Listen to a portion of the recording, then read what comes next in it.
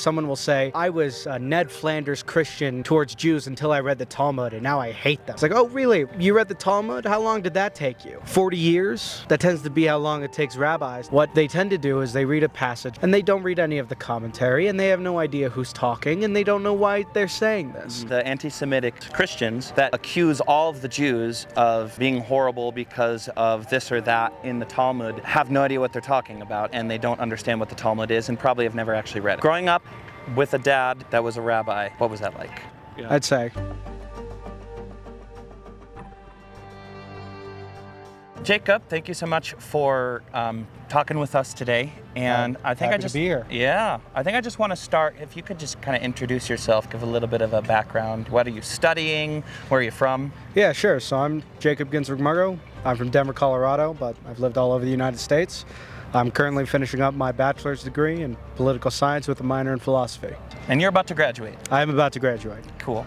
So you were telling me, we've met a few times, yes, and you were talking to me a little bit about your background, and you mentioned to me that your dad is a rabbi. Yes, my father is an ordained rabbi from the American Conservative Jewish organizations.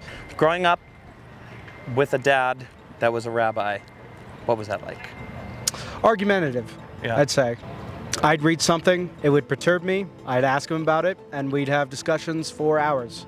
Mm-hmm. You know, and sometimes it would drive him crazy, because at 10 p.m. at night, I'd knock on his door, you know? Mm-hmm. Hey, Dad, what does it mean in Genesis, 10:6, when Abraham does this, or when Noah does that?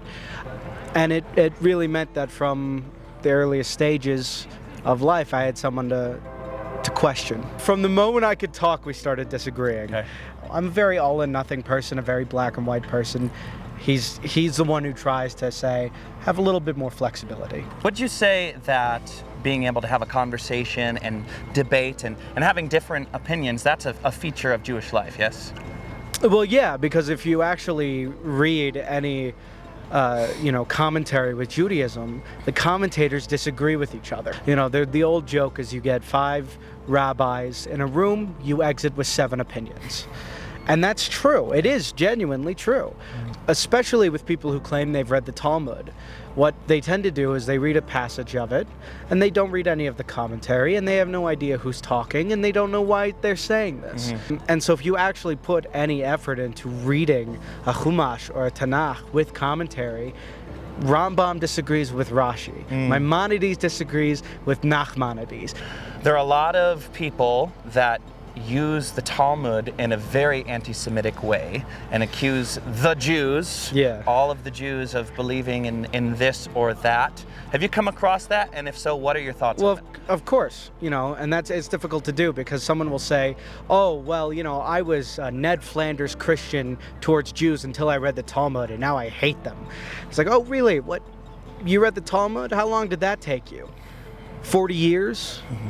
That tends to be how long it takes rabbis to actually sit down and study the Talmud. My father reads a chapter of the Talmud a night. He's been doing that since he started his rabbinic training. He's not done.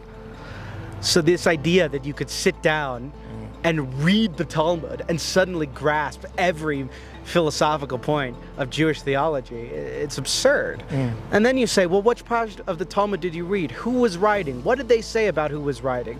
What was the reaction to the commentary to the guy who was commenting on the writing?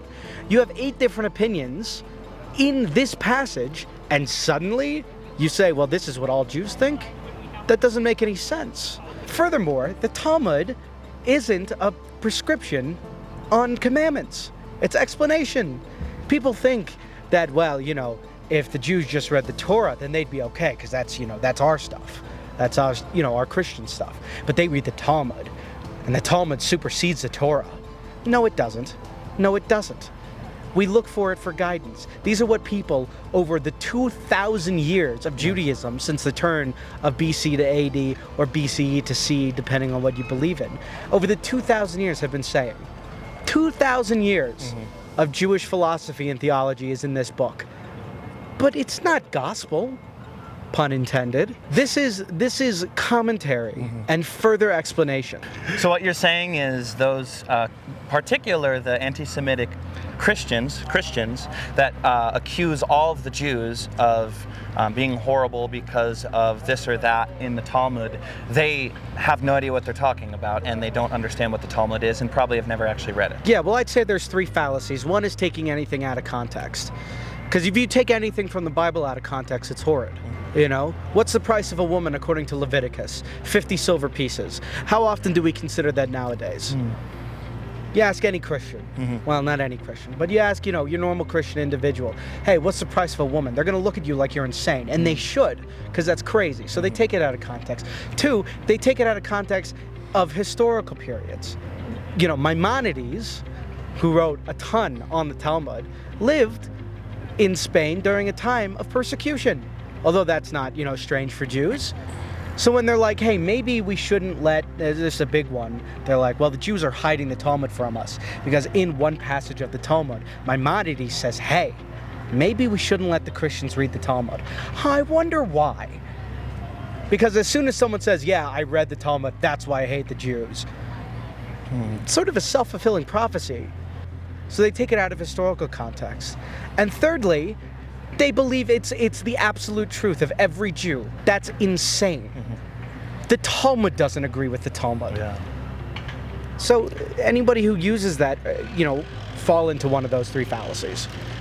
Okay, you said something really big there. You said, and this is what Jews believe. So talk to me a little bit about the fallacy that you see where people take one little example of maybe something that one Jewish person said or did, and then apply it to every single Jew for all time. Well, this is the most confusing part, because Christians know there are denominations of belief.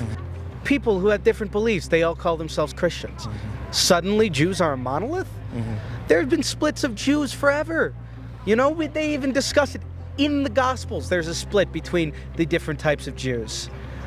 The concept that every Jew believes the same, every Jew has the same mindset, they have the same beliefs, the same ideas and aspirations, is as absurd as saying, well, every American is exactly the same. A very famous anti-Semitic text called The Protocols of the Elders of Zion, which people might have seen, wasn't written by a Jew. It was written by a Russian who said, yeah, I walked into a Jewish secret meeting and this is what I heard. No, he didn't. No one has no idea what he's talking about, especially because this was during the time where Jews were being run out of Russia in Tsarist Russia. What should Christians do to resist anti-Semitism? Get educated. Someone says, hey, I read this in the Talmud that Jews think all Christians are evil. I read in Leviticus that we should kill all astrologers, but if you say you're a Virgo, I'm not coming after you. Talk to people, learn, get educated. No one really, honestly, I don't know any Jew on this campus or in Denver or in Colorado who is saying, no, you're not allowed to sit with us and talk to us about Judaism. So getting educated, knowing that, and just knowing that we could have different beliefs, we could have contradictions across our entire religions. That doesn't mean we can't be friends.